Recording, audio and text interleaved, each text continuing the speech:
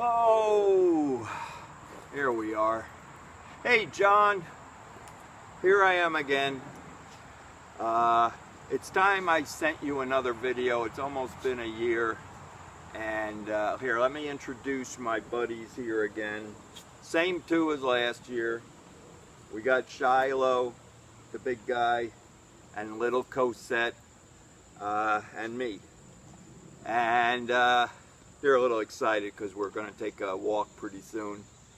But, you know, in view of your recent health issues, I thought it would be time to kind of update what I sent you last year for your birthday. Kind of tips on how to cope with getting older. And, you know, with regard to your just getting out of the hospital, it's a little scary, you know what I mean? So maybe kind of copy these down, take some notes. You know, and if you need to show them to the other folks at AVMA on the board, I think there's a few there that could definitely, you know, learn something here. And, you know, the board has a terrible history of illness. I mean, from what I remember, people drop dead left and right. So, you know, maybe I can help a couple of you. So here we go. I broke it into two videos because damn Verizon, they got some rule they won't send anything over 2 megabytes or something. So here we go. I'm going to break it in half. Let's start with AVMA since I already brought that up. The meals. Man, there is just so much unhealthy stuff they serve you at these restaurants and stuff. You know that. So let's go vegetarian. Maybe consider vegan. I mean, you know, I never went that way, but vegetarian, a lot of fish. Go on the Coors Light diet. You know, the wine, you know, this much wine has the same amount of bad stuff, alcohol, whatever, as that big old can of Coors Light. And plus you burn off a lot of calories. If you drink a can of beer, you're going to be in the bathroom about every 15 minutes. So the Coors Light diet. Walk the steps at AVMA. You know, they have a flight of steps there somewhere up to the boardroom. That's not a bad idea. You know, skip the elevator. It takes too long anyhow.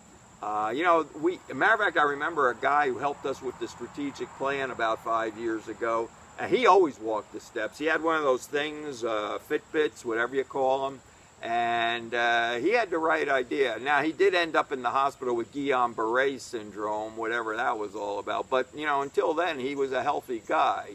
AVMA. Oh, shaking hands. You know, skip the shaking hands. There are so many. Oh God, I don't want to think about what you're shaking hands with at AVMA. All the guests and everything. Yeah. And I don't know if you guys are still staying at the Marriott, but those dinners at the mall there or whatever, you can walk home from those dinners. What is it, like 2 miles? Yeah, you know, you might have a full stomach and all, but skip the limo, the bus, whatever they got you. Walk. Even in the airports, those moving staircase things, skip them. Just walk. You know, yeah, the gate might be like 3 miles away. It's a nice way to burn some calories. Now, health care. I know you're too young for Medicare yet, so just count the seconds for that because that's the best deal going. But you need to find a nice center city hospital with a medical school, and that's where your doctor needs to be. The suburban guys are cool, there's no problem there, but you really need the best, especially in light of your current health issue here. So go find a nice doctor at a medical school, you know, the hospital.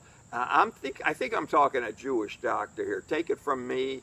I've always had Jewish doctors, and you know the good thing about a good Jewish doctor is question. You know, they got a million questions. They're very thorough, and you know you'll know you're in a Jewish hospital. You know, Jewish doctors, because the elevators, they stop at every floor because the Orthodox, they're not allowed to touch the buttons on the Sabbath. So if that elevator stops at every floor, you're golden. So, and you know, don't argue with these guys. They know what they're doing. And look at us. The worst client in the world is the one that comes in and starts telling you what to do and what not to do, and oh my, you know, I don't want to go down that road, it sounds like there's too many side effects. Screw it. Whatever they say, you do it.